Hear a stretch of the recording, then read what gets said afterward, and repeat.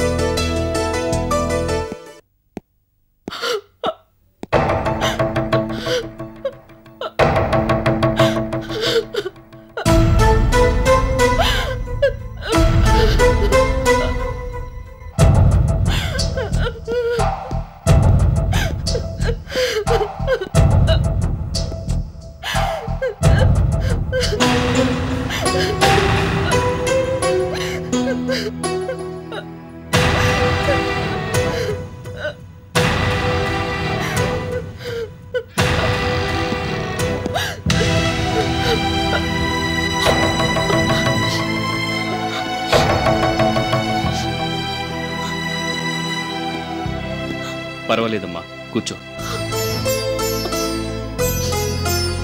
Sorry, ఇటువైపుగా వెళ్తూ చూశాను కాబట్టి అడుగుతున్నాను. ఇక్కడ ఒంటరిగా కూర్చొని దేని గురించి బాధపడుతున్నావు? భోజనం కూడా చేయలేదు. ఏమైంది? Any problem? ఏంటమ్మా మాట్లాడమే? నీకు ఆఫీస్లో ఏమన్నా సమస్య ఉంటే నాతో చెప్పు. దానికి బాధపడటం దేనికి?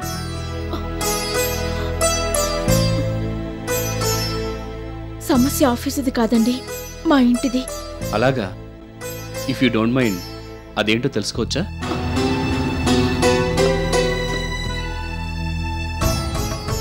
మాట్లాడవేంటమ్మా? ఏం లేదండి, పర్సనల్ మ్యాటర్. ఆ విషయంలో నీకేమైనా సాయపడగలనేమోనని అడిగాను. నీకు ఇబ్బంది అయితే చెప్పొద్దులే. ఎనీవే, అన్నం చల్లారిపోతుంది, భోంచేసేయ్. ఇటువైపుగా వెళుతూ నేను చూసి ఈ విషయం గురించి అడగకుండా ఉండలేకపోయాను. I'm sorry if I bothered you. Please have your lunch.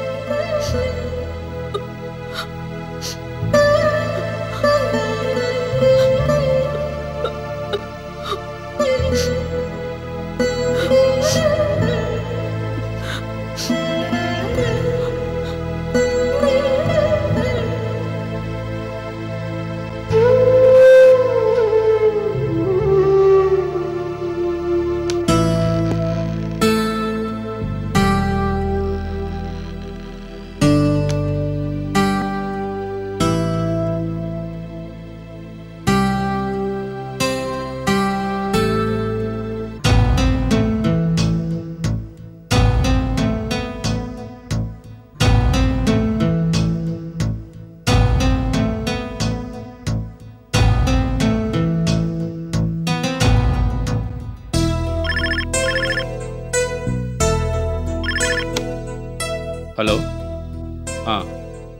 ఎవరు? రాఘవరావు గారా? వచ్చేసారా?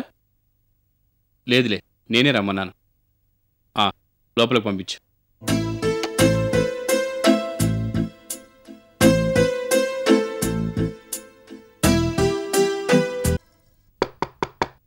Yes, please come in. రండి sir. How are you? Very fine. ఎలా ఉన్నారు? Going on. మీరెలా ఉన్నారు? ఆ మధ్య ఆరోగ్యం కొంచెం దెబ్బతిందని విన్నాను. ఏం లేదండి, వయసు అయిపోతుంది కదా, ఆ మధ్య కొద్దిగా నలత చేసింది. ఇప్పుడు బాగానే ఉన్నాను. I'm fine. Good. Please have a seat. What will you have? Something cold? Fresh fruit juice ఏదైనా తెప్పించండి. Sure. Hello, 2 fresh fruit juice పంపించమను. చెప్పండి, ఇంకేంటి విశేషాలు? బిజినెస్ ఎలా ఉంది? Everything is fine. కాకపోతే నేను ఇప్పుడు మీ దగ్గరికి వచ్చింది బిజినెస్ గురించి మాట్లాడటానికి కాదు, ఓ పర్సనల్ విషయం గురించి మాట్లాడాలి. అలాగా, తప్పకుండా చెప్పండి.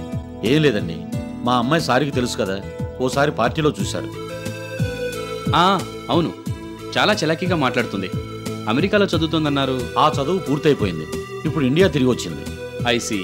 తన గురించే మీతో మాట్లాడాలి. షూర్, చెప్పండి. ఏం లేదండి, తను మీ గురించి చాలా విందట. తన అంతకుముందు ఇక్కడ చదువుకున్న కాలేజీ ఫ్రెండ్స్ ఎంతో గొప్పగా చెప్పారంట. అందుకే మిమ్మల్ని కలవాలనుకుంటుంది. నన్నా? అవును, మీరు ఈ ఫీల్డ్లో ఎంతో కష్టపడి పైకి వచ్చారట. అఫ్కోర్స్ దాని గురించి అందరికీ తెలుసు అనుకోండి. యూత్లో మీరంటే చాలా క్రేజ్ ఉందని ఈ మధ్య అర్థమైంది. మీరు భలేవాళ్లే. కాదండి, ఉన్నమాటే అంటున్నాను. మా అమ్మాయి మిమ్మల్ని కలవాలని ఎప్పటి నుంచో పోరు పెడుతుంది. తను మీ అభిమానట. మిమ్మల్ని రెగ్యులర్గా కలుస్తూ మీ దగ్గర బిజినెస్ టాక్టిక్స్ నేర్చుకోవాలట.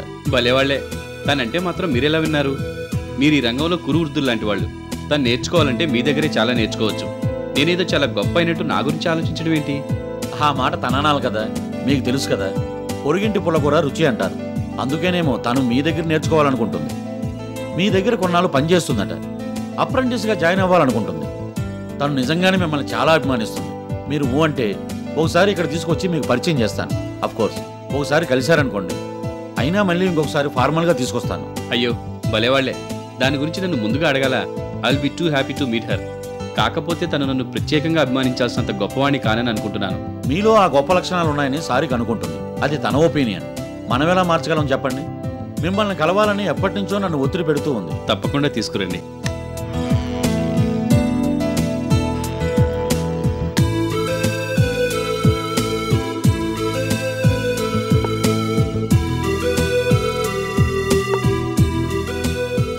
ప్లీజ్.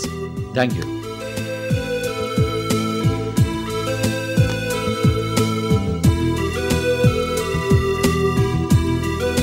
సారిక యుఎస్లో ఏం చదివింది? ఎంబీఏ చేసింది. ఐసీ. Very good. తను ఆల్రెడీ బిజినెస్ ఫ్యామిలీలో పుట్టి పెరిగింది. ఏదో తన సంతృప్తి కోసం తప్పితే నా దగ్గర కొత్తగా నేర్చుకునేది ఏమి ఉండదు. But anyway, let her have her way. చెప్పండి, సారీకి ఇక్కడికి ఎప్పుడు తీసుకురమ్మంటారు?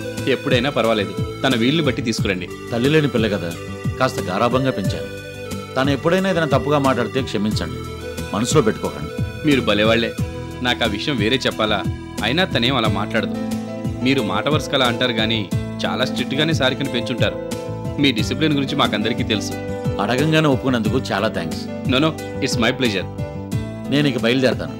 మీకు చాలా పనులు ఉంటాయి. సారీతో ఒకసారి మాట్లాడి మళ్ళీ మీకు ఫోన్ చేస్తాను. We will meet again on a mutually convenient date. Okay, sure.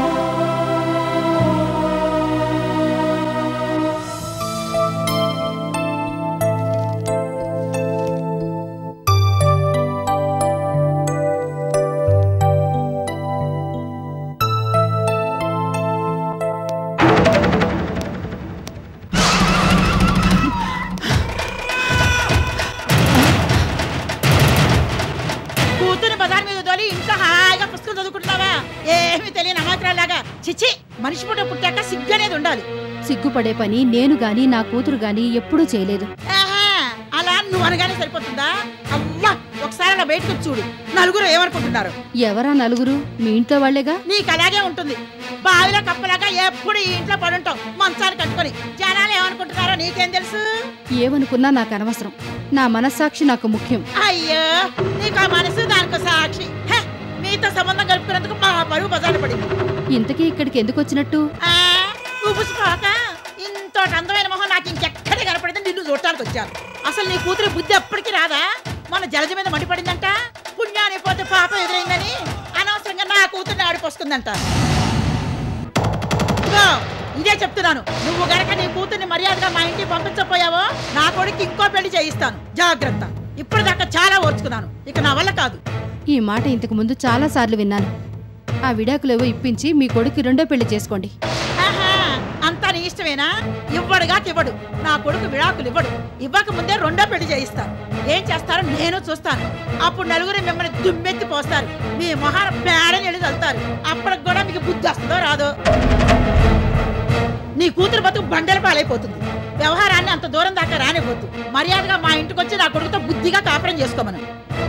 కాపురం చేయడానికనేగా దాన్ని మీ ఇంటికి పంపించింది. ఏనాడైనా దాన్ని సుఖంగా ఉండనిచ్చారా? ఒక్కరోజైనా అది కంటతడి పెట్టకుండా మీ ఇంట్లో ఉందా?